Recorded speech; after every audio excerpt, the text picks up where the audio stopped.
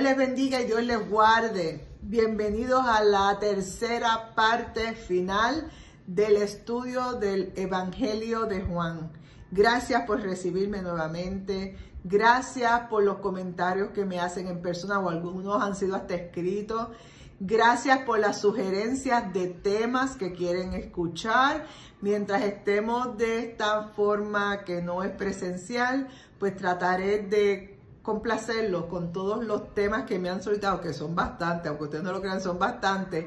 Pero vamos a ver cómo poquito a poco vamos introduciendo cada uno de ellos para el beneficio del que me lo pidió y el beneficio de los demás.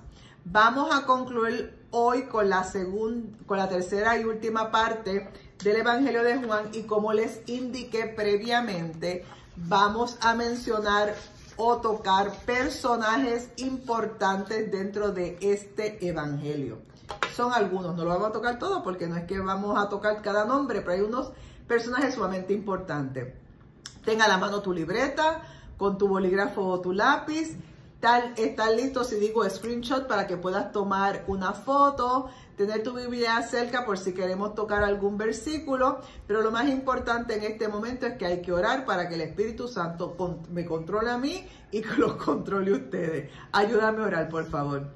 Padre Santo y Padre bueno, te glorificamos, te bendecimos y te damos gracias por una nueva oportunidad que nos das de reunirnos para estudiar de ti y de tu palabra. Úsame, Señor, como tu instrumento, que ellos puedan aprender como yo he aprendido de lo que tú me has enseñado a través de los libros, de la Biblia y de otras personas que tienen más conocimiento que yo, pero de ellos uno aprende lo bueno y rechaza lo malo. Señor, todo lo que aquí se diga es exclusivamente para tu gloria. Y sabes que estamos siendo esclavas y sierva tuya para obedecer tu palabra y agradarte a ti primeramente. Gracias, Dios. Inmediatamente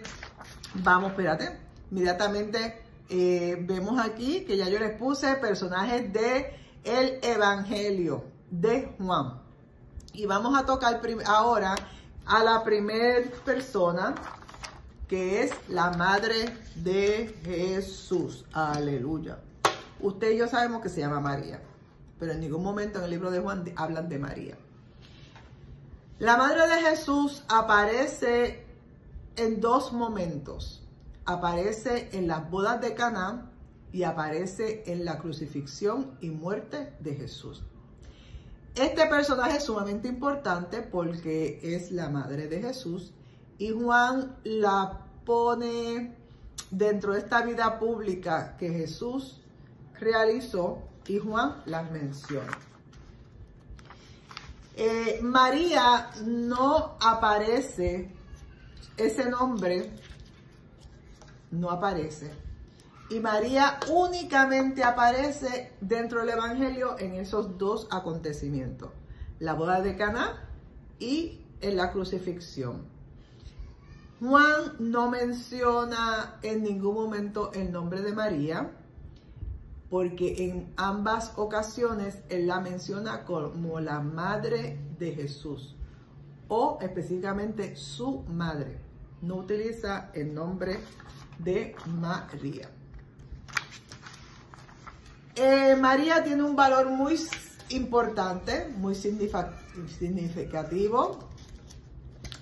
Por supuesto, fue la madre terrenal de nuestro Salvador, porque él, siendo Dios, se hizo hombre y tenía que nacer por alguna madre.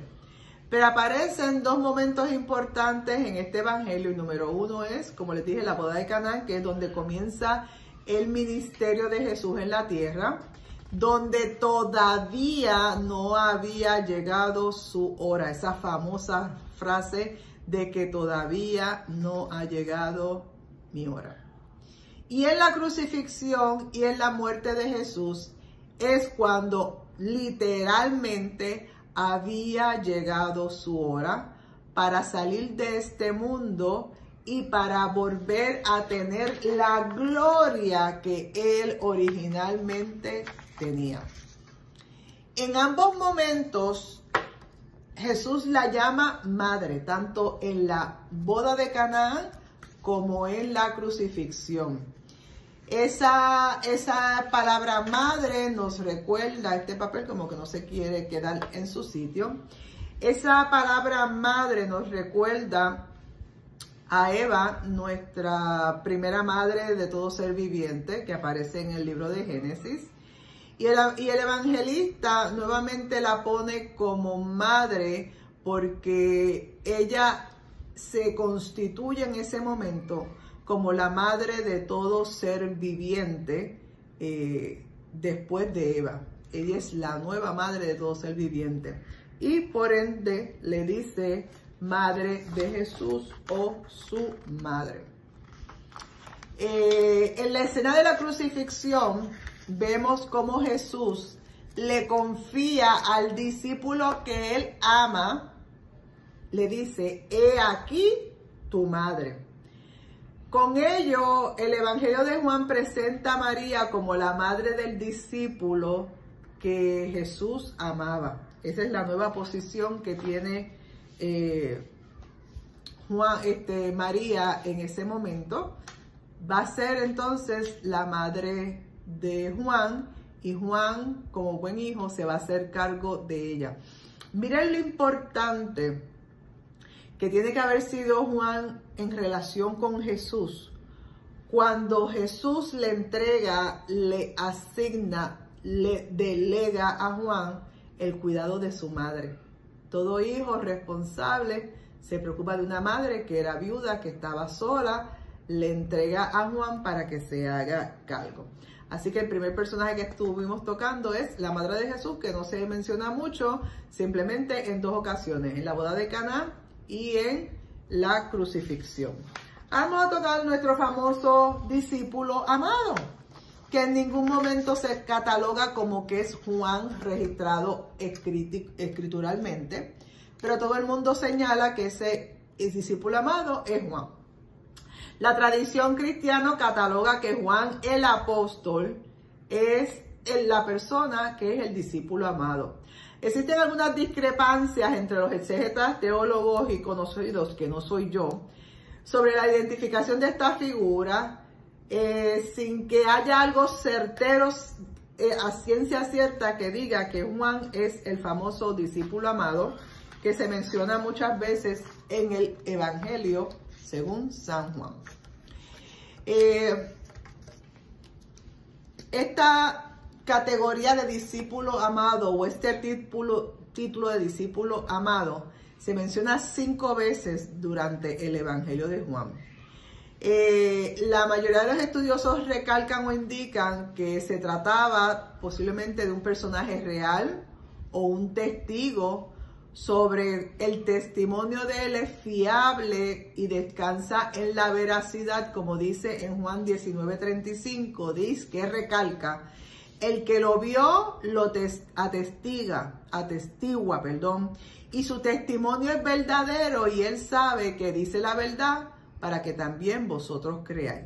O sea, que esta persona que está hablando, como dijimos anteriormente, es alguien que puede testificar que verdaderamente lo conoce. Esta mención de que es el hijo amado, a pesar de que algunos dicen que son 5, pero sí aparece más de 14 veces. Y lo ponen como el discípulo que Jesús amaba, el discípulo amado. De esas dos formas lo podemos ver. Y en Juan 1:35 sería bien difícil negar de que, aunque no diga su nombre, no sea Juan el que escribió este libro. Juan lo menciona ya desde el principio de su libro, este discípulo amado. Hablemos del Evangelio de Juan, para ver que en el Evangelio de Juan hay unas personas sumamente importantes dentro de estos primeros años que Juan comienza. Juan tiene un hermano que se llama Santiago, que como mencionamos anteriormente, anduvo dentro del círculo cerrado de Jesús. Juan, el discípulo que amaba, era uno de los 12 apóstoles. Y aunque se suscribe que es él, hay algunos problemas para que las personas estudiosos certifiquen como les dije al principio, de que él fuera el Hijo amado. También parece haber sido uno de los dos discípulos que tampoco se nombran, como dice Juan 21:2. Juan 21:2 habla de dos discípulos. Pero en la escena de la última cena, colocan a este discípulo en un lugar de prestigio, en un lugar de honor, que supuestamente, según la tradición, le correspondía derecho de esa posición al huésped del lugar donde estaban todos ellos. Así que algunos piensan que Juan era dueño de esa casa donde estaban todos los apóstoles. Eso es una aseveración que tienen algunos estudiosos, pero usted y yo sabemos que indica, vamos, no lo sencillo, que él le indique, le dice a los apóstoles, vayan y al seguir a aquella persona y díganle que a la persona, al hombre que iba con el cántaro, indícale que el Señor necesita su lugar. Si verdaderamente esa casa fuera de Juan, no tendrían que seguir a ninguna persona con cántaro para pedirle esa preposición. Pero les pongo en esta información esta situación de que hay algunos que indican que por la posición en que Jesús estaba sentado en la mesa en la última cena, era un lugar de prestigio y supuestamente se supone que sea del dueño de la casa. Al igual que en el caso de la madre de Jesús, el Evangelio de Juan otorga al personaje del discípulo amado un valor simbólico sumamente importante durante toda la historia de este libro. El discípulo amado aparece recostado sobre el pecho de Jesús durante la última cena, lo que significa que gozaba de una familiaridad, de una cercanía y de confidencia de Jesús para estar en esa posición. Entonces se le pregunta quién es el discípulo amado. El discípulo amado le pregunta a Jesús que quién es el que lo va a entregar y recibe la respuesta de Jesús. Miren esta escena. La costumbre era que cuando tú ibas a una cena de esta índole, no se sientan como yo, que estoy sentada en una mesa con una silla alta y la mesa queda aquí. Lo que fuera a comer queda cerca de mi boca y de mi cuerpo. En aquellos tiempos uno se sentaba en el piso y eran unas mesitas bien bajitas y tú te sentabas en el piso. Y regularmente tú te recostabas porque tú utilizabas solamente, para decirlo así, la mano derecha para comer y utilizaban una sola mano y con la otra tú te recostabas. Y él se recostaba del pecho de Jesús. Amén. Espérate, tú usabas la mano derecha, así que te recuestas de este lado y utilizas la mano derecha para comer. Él se recuesta del pecho de Jesús, así que él puede oír lo que Jesús está hablando porque su oído está cercano.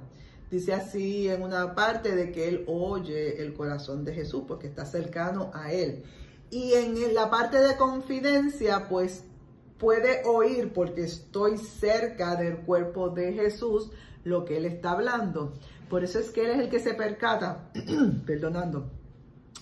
de cuando Jesús le dice a Judas, que entonces Judas es el que está detrás de Jesús. O sea, Juan está acostado sobre el pecho de Jesús y Jesús por ende está recostado sobre el pecho de Judas. Y así es que puede hablarle a Judas y darle las últimas instrucciones y decirle lo que vas a hacer, hacerlo pronto. Así que Juan está oyendo lo que dice Jesús y es que le pregunta de quién es el discípulo que lo va a entregar y recibe la respuesta de Jesús. Durante la crucifixión de Jesús, el discípulo amado aparece de pie junto a la cruz, junto a la madre de Jesús. Jesús, en el momento de su crucifixión, le confía a su mamá desde aquel momento a ese discípulo para que se la lleve a su casa y la cuide. En el otro día de la resurrección de Jesús, el discípulo amado corre junto con Simón Pedro, ¿se acuerdan que empezaron a correr? Para llegar al sepulcro vacío y Juan llega o el discípulo amado llega primero que Pedro, porque se da a entender que era joven. Recuerden que aparentemente tenía de 15 a 16 años, o sea que podía correr, tenía más agilidad que Pedro y por eso podía llegar más rápido que él. Pero cuando llega a la tumba, al sepulcro, no entra, sino que espera en la puerta hasta que Pedro entra, vea y siga detrás de él. Ese discípulo amado nuevamente se presenta al lado de Simón Pedro durante la aparición de Jesús resucitado, cuando están los discípulos, después que Jesús resucita, no me sale la palabra. Este discípulo amado está al lado de Simón Pedro cuando Jesús llega a ese lugar, a las orillas del mar de Tiberias, y comienza, ¿se acuerdan? Aquella comunión y aquella coloquio entre Jesús y Pedro, en donde les recalca y les reclama de que si lo ama, pues apacienta a mis ovejas. Pues el que está al lado de Pedro es el famoso discípulo amado. En el Evangelio de Juan también presenta a este discípulo amado como aquel de que se había corrido la voz de que no moriría, porque ¿se acuerdan cuando Jesús dice, pero Jesús no había dicho a Pedro, no morirá, sino que quiero que se quede hasta que yo venga? Eso es un mensaje, un momento de que están hablando está hablando Pedro y Jesús, y Jesús le dice a Pedro de que no te incumbe a ti si es sí o si no, sino que él va a esperar hasta que yo venga. Perdón, me tragué algo sin querer. Este discípulo amado, que es un ser especial, es aquel que, número uno, tiene familiaridad con Jesucristo y recibe sus confidencias y se sienta justo al lado de Jesús y recibe las respuestas de Jesús. 2, permanece junto a la cruz. Durante su crucifixión recibe a María como su propia madre. 3, tiene el contacto habitual y sencillo y llano con Pedro, o sea, tiene una relación especial con Pedro y permanece junto a él y respeta a Pedro, conoce su posición y conoce la posición de Pedro y reconoce a Pedro como que el tope de todos ellos. Este discípulo amado sabe reconocer a Jesús resucitado porque está presente en ese momento. Y este discípulo amado permanece fiel y persevera hasta la vuelta y retorno de que vuelva Jesús. Lamentablemente él falleció, pero se mantuvo esperando a que Jesús regresara como él lo había indicado. Y usted y yo estamos vivos y estamos esperando ese retorno. Cuando él decida que sea, lo vamos a recibir. El Evangelio dice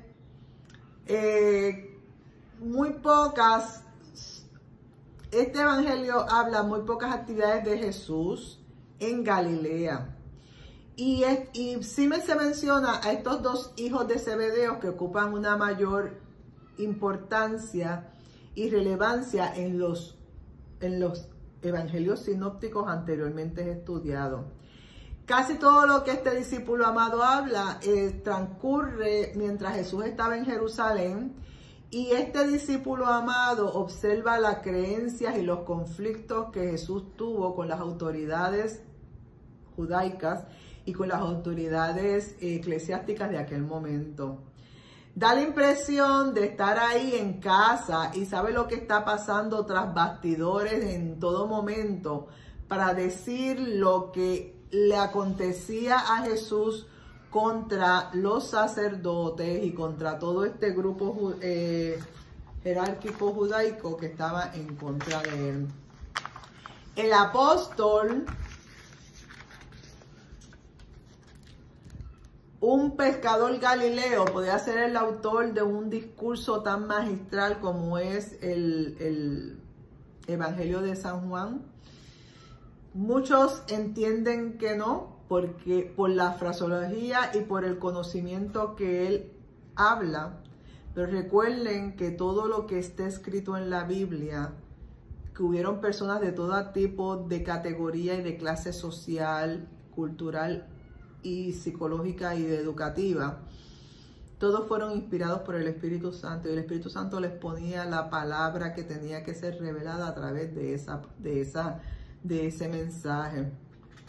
Así que muchos indican que ese discípulo amado pudo haber sido un sacerdote por el conocimiento que tenía del ámbito religioso, y basado en lo que él menciona en Juan 18:15, da a entender que es una persona que tenía conocimiento del ámbito religioso.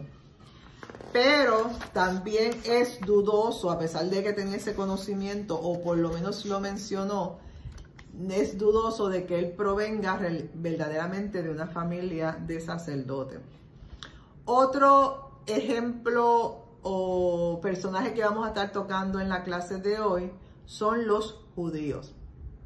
En algunos pasajes del Evangelio de Juan, los adversarios de Jesús de Nazaret son catalogados o mencionados como los judíos. Es como que hacen un grupo o una categoría, una mención general como los judíos a todos aquellos que estaban en contra de Jesús. Y en muchos versículos los mencionan así, como si no fueran judíos de nacionalidad, pero sí son judíos basados en la categoría de que eran personas que estaban en contra. Vamos a leer en Juan 20:19. Juan 20:19, donde dice: al atardecer de aquel día, el primero de la semana, recuerden que son domingos, estando cerradas las puertas del lugar donde se encontraban los discípulos por temor a los judíos, se presentó Jesús en medio de ellos y les dijo: paz con vosotros. Aquí hace referencia a judíos, no como nación, sino judíos, aquellas personas que estaban persiguiendo a todos los que creían y seguían a Jesús. Estos judíos en algunos casos eran los enemigos de Jesús, y aunque se trataba de galileos, es decir, habitantes de Galilea, ellos también murmuraban en contra de Jesús y discutían entre sí sobre quién era Jesús y qué hacía y qué no hacía. El Evangelio de Juan, en este caso que leímos anterior, puntualiza y señala bien que estos judíos, a ellos le tenían temor porque eran personas que no creían en Jesús, su maestro y su salvador. Jesús se presenta refiriendo a sus adversarios como judíos en muchas ocasiones. Y aparece en el Evangelio cuando Jesús dijo a los judíos. En este caso no le hablaba a los judíos como nación, sino a los judíos como personas que estaban en contra de él. Jesús es llamado judío solamente por dos extranjeros, que es la mujer samaritana y por Poncio Pilato, que lo llaman y lo catalogan a él como judío, pero es judío por nacionalidad, no judío por estar en controversia con ellos.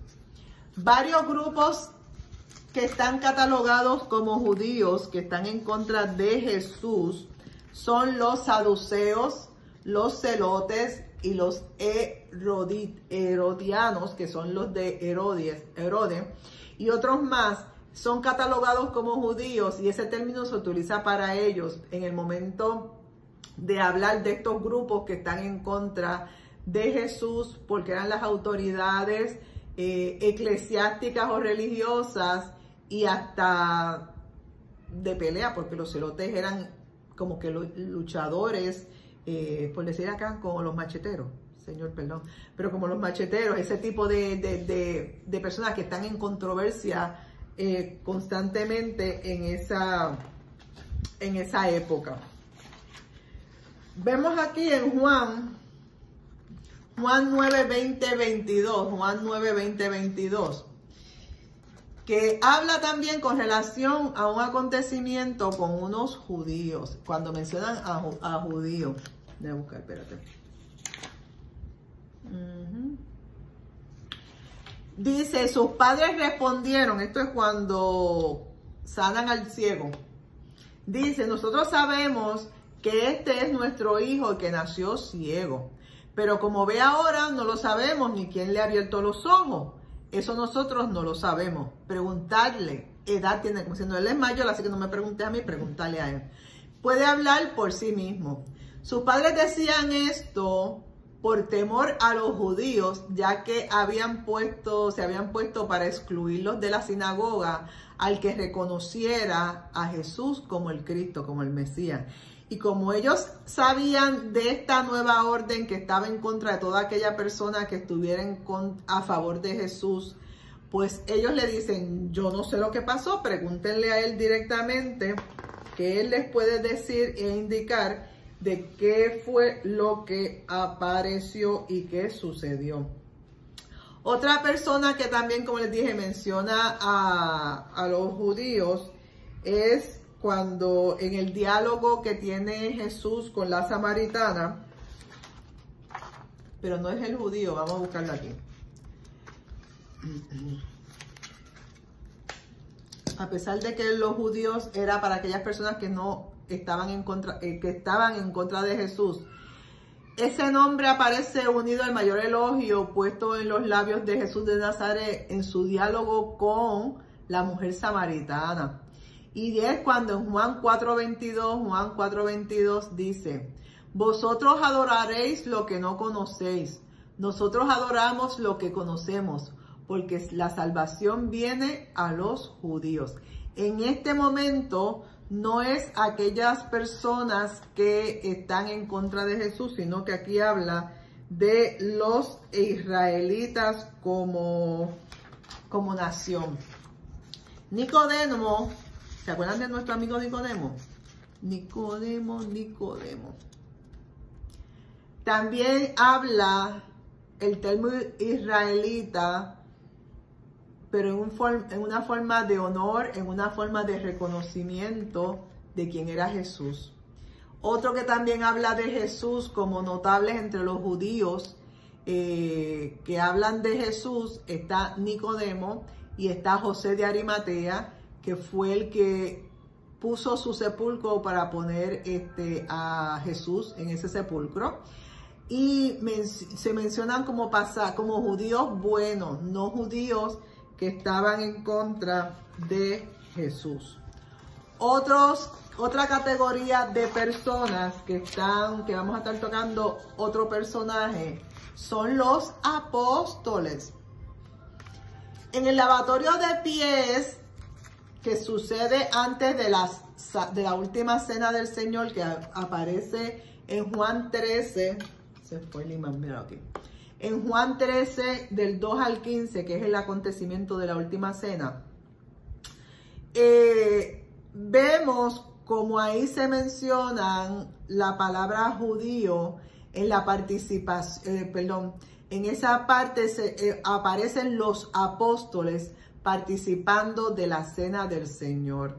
Y entre ellos está Simón Pedro, que es sumamente importante y necesario allí. Y estos apóstoles, los 12, incluyendo a Judas, porque todavía en este momento Judas está, participan junto con Pedro de este acontecimiento del lavatorio de pies y de la Santa Cena.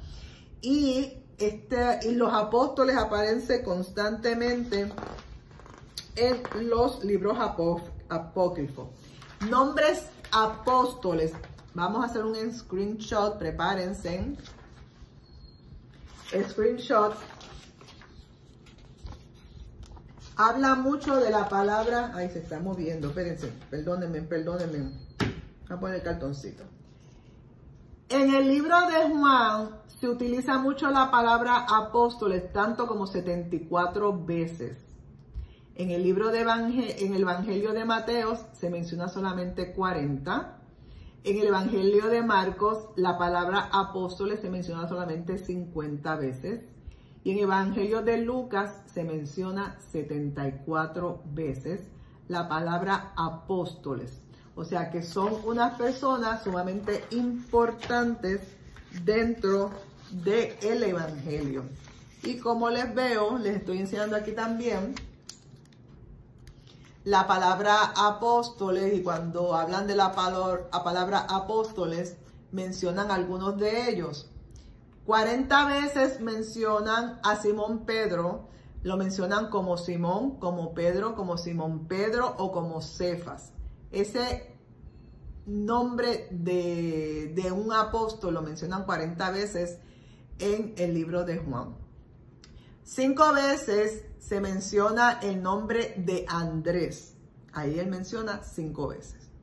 12 veces menciona el nombre de Felipe, que es otro de los apóstoles. Una vez menciona a Judas, que no es Judas Iscariote, sino Judas Tadeo. Menciona 7 veces a Tomás y menciona 11 veces a Judas Iscariote en el libro de Juan. También entre los apóstoles se menciona no menciona en ningún momento a Simón Mayor, el mayor, que Simón el Mayor es su hermano. Y aún la expresión de utilizar los hijos de Zebedeo aparece solamente una sola vez y luego no lo menciona a pesar de que es su hermano, ese Simón. Juan el apóstol aparece ese silencio absoluto respecto a Juan el apóstol y de su hermano Simón. Es tanto sugestivo porque aparece 17 veces en los evangelios sinópticos. Ese Juan, el Juan amado, el Juan discípulo de Dios, aparece 17 veces en todos los evangelios. En cambio, Simón, el Santiago el Mayor, es mencionado 15 veces. Y la expresión de hijos de Zebedeo, sin nombrar detalladamente sus nombres, aparece 3 veces.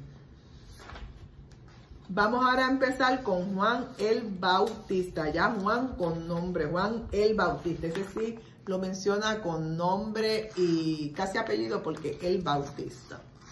Espérate, déjame quitar esto, perdónenme. Déjame quitar esto para que no pese. Juan el Bautista es el que recibe el título como testigo, que ha venido a dar testimonio de el que precede y da testimonio de Jesús. En los evangelios sinópticos indican que Juan el Bautista aparece bautizando a Jesús. Jesús dice que es más que un profeta y le indica que no ha nacido en mujer ningún hombre más grande que Juan el Bautista. O sea que eso es un hombre sumamente importante en el ministerio, porque Jesús lo menciona. Entonces está volando.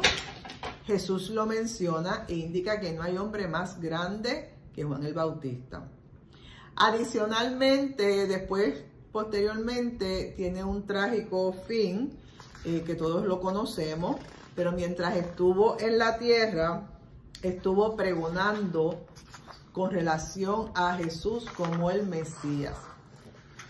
Se omiten los elogios que prodigan, que se hablan en otros evangelios. En el evangelio de Juan no se menciona, y no se menciona su martirio o muerte como aparece en otros evangelios. El evangelio de Juan remarca 2 diferencias entre Jesús y Juan el Bautista. En el evangelio de Juan, él señala que Jesús es presentado como la luz. En cambio, Juan el Bautista, él lo señala como el testigo de la luz. Jesús es la luz y Juan el Bautista es el testigo. Jesús es presentado como la palabra, el verbo o el logo, mientras que Juan el Bautista es solamente la voz. Jesús es la palabra y el verbo, y Juan el Bautista es la voz, o sea, es la información que sale. Aunque Juan vino primero, Jesús era anterior a Juan el Bautista. Todo esto sugiere que aparentemente el interés del evangelista de Juan es evitar un relieve marcado o darle más gloria y más realce a Juan que al mismo Jesús. Por eso es que él no menciona y no habla mucho de Juan, porque su prioridad y su propósito es resaltar más a Jesús que a todos los demás. En el libro de los Hechos de los Apóstoles indica que en Éfesos, Pablo de Tarso conoció gente que solamente sabía del bautismo de Juan el Bautista y no del bautismo que hacían por Jesús. Y un caso de eso fue Apolo, que sí habló del bautismo que realizaba Juan el Bautista.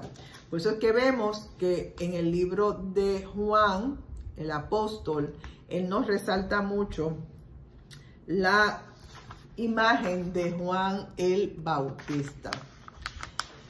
El Evangelio de Juan señala los primeros discípulos de Jesús que salieron de las filas eran discípulos de Juan el Bautista y salen de él y se unen a Jesús. Llevando esto a suponer y darle interés que más allá de la grandeza de los evangelios que se le confieren a Juan el Bautista, Juan el apóstol quiere resaltar y situar el plano majestuoso que tiene Jesús y darle a Juan el Bautista un plano inferior a Jesús de Nazaret.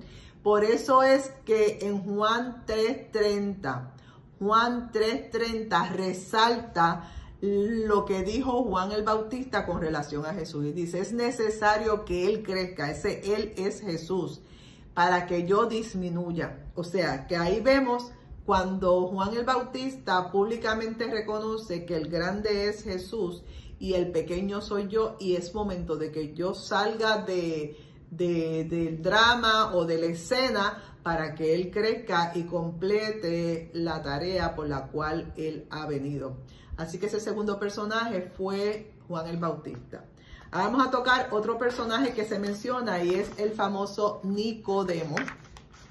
Aquí te encontré una laminita bien chulita de Jesús enseñándole a Nicodemo. Claro, son pinturas, porque de eso no hay nada escrito oficial, pero pinturas que han hecho.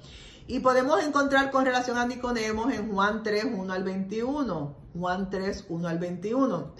Y en el capítulo 3 vemos a Juan como hablando de este encuentro sumamente importante que tuvo Jesús de Nazaret con Nicodemo, un personaje que reaparece posteriormente en otra parte de los evangelios o en otros pasajes. En el Evangelio de Juan presenta a Nicodemo como un fariseo designado como entre los judíos, y que significa que tiene una posición principal y notable en la posición en la cual estaba.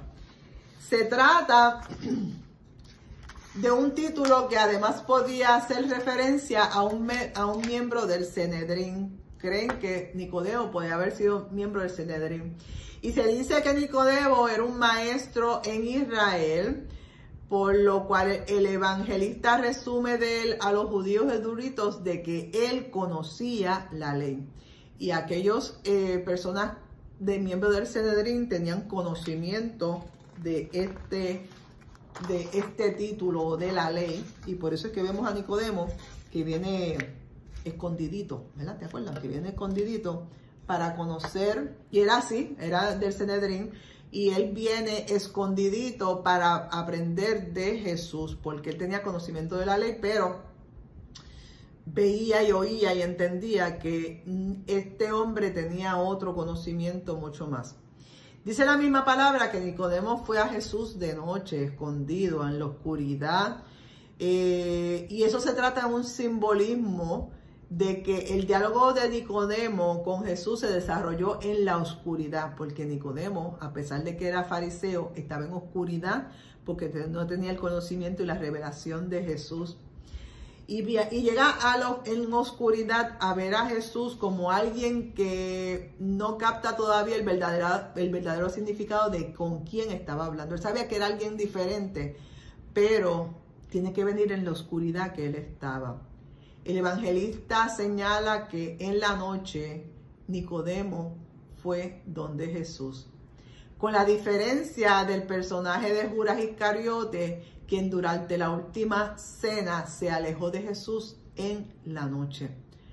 Iscariote se aleja de Jesús en la noche y Nicodemo se acerca a Jesús en la noche durante su oscuridad para conocer a este hombre maravilloso que les revela la verdad y la vida, a este hombre que tenía sed de conocer un poco más de Jesús. Ese es Nicodemo. Otro personaje que vamos a tocar ahora rapidito es la samaritana, que Juan lo menciona. Y aquí vemos otra pintura de Juan con la mujer samaritana. Y está en el capítulo 4.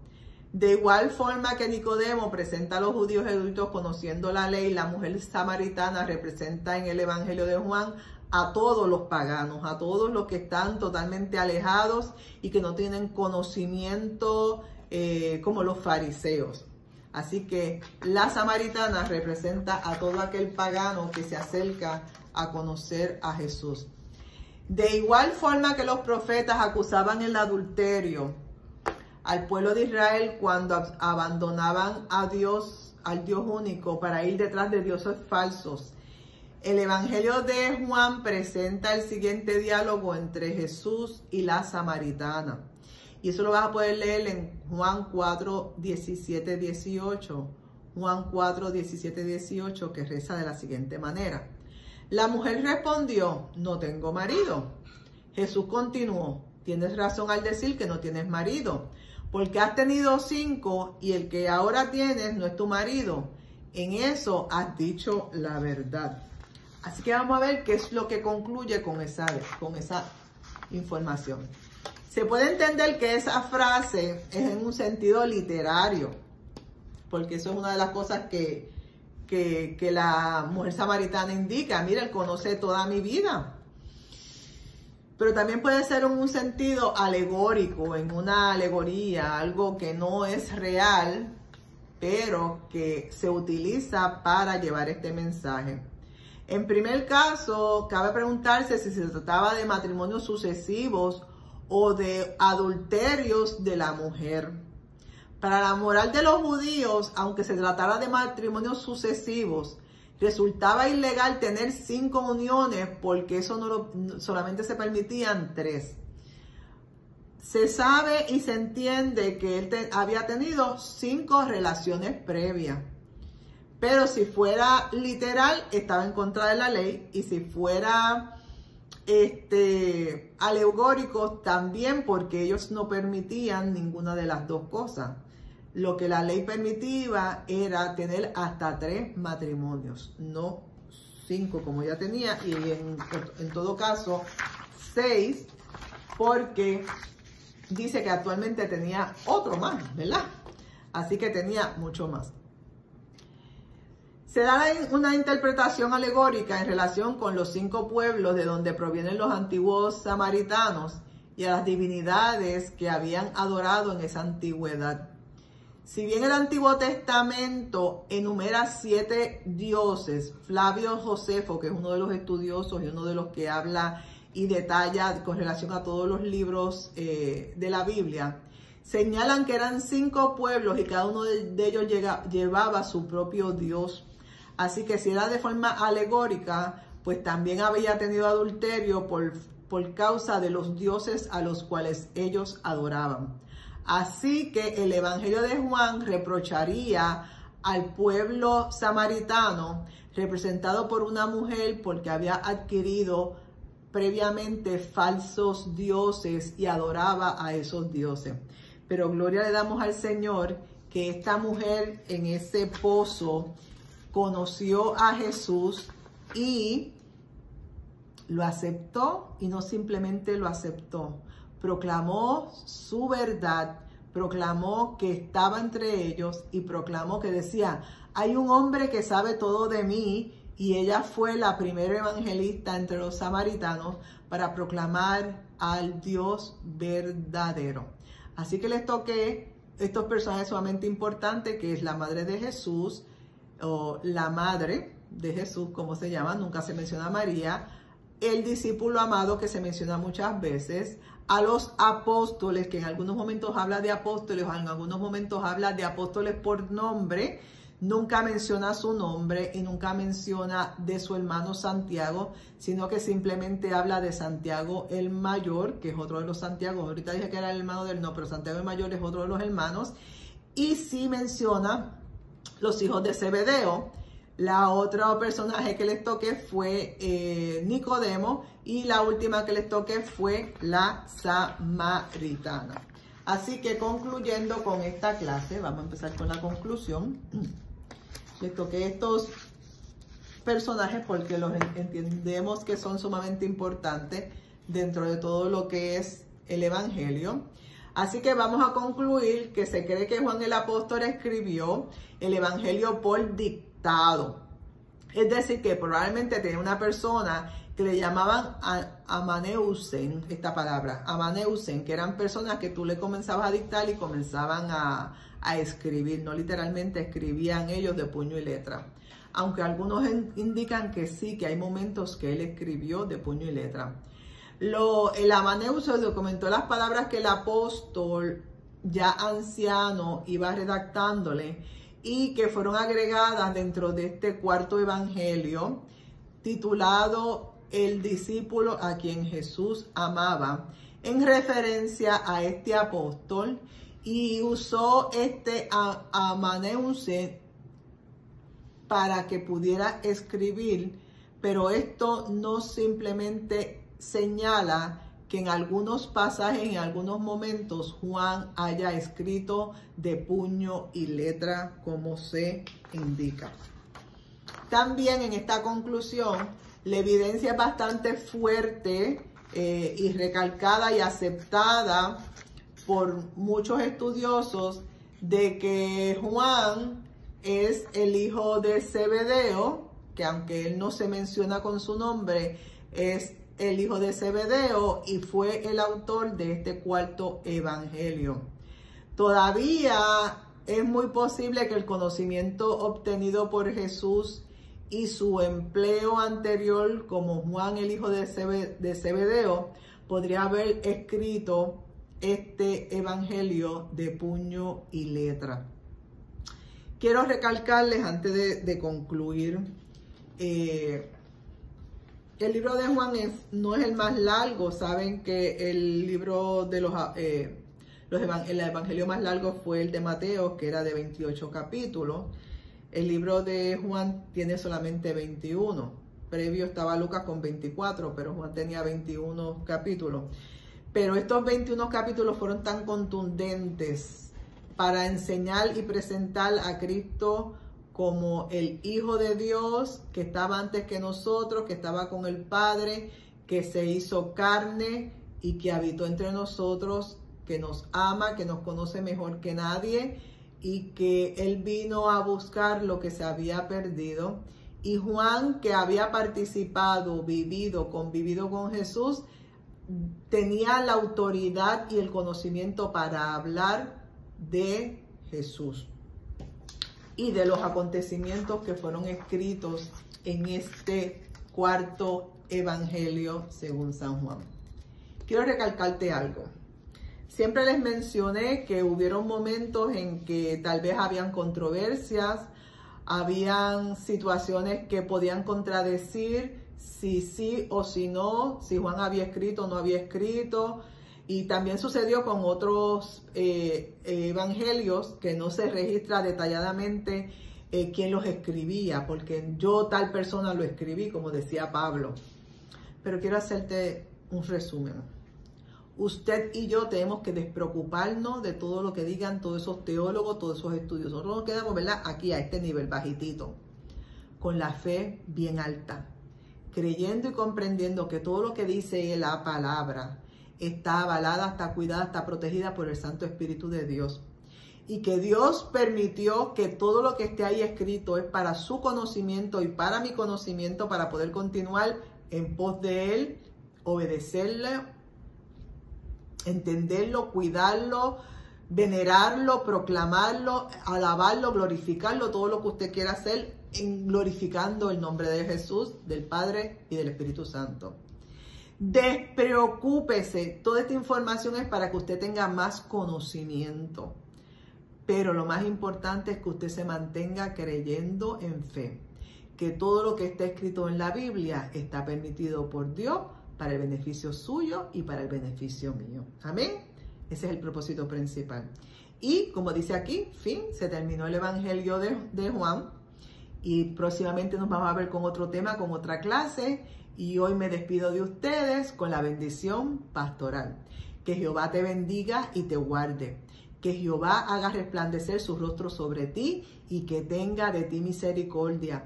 Que Jehová alce sobre ti su rostro y ponga en ti paz. Nos vemos en la próxima clase y saben que Carmencito los sigue amando. Dios les bendiga. Bye.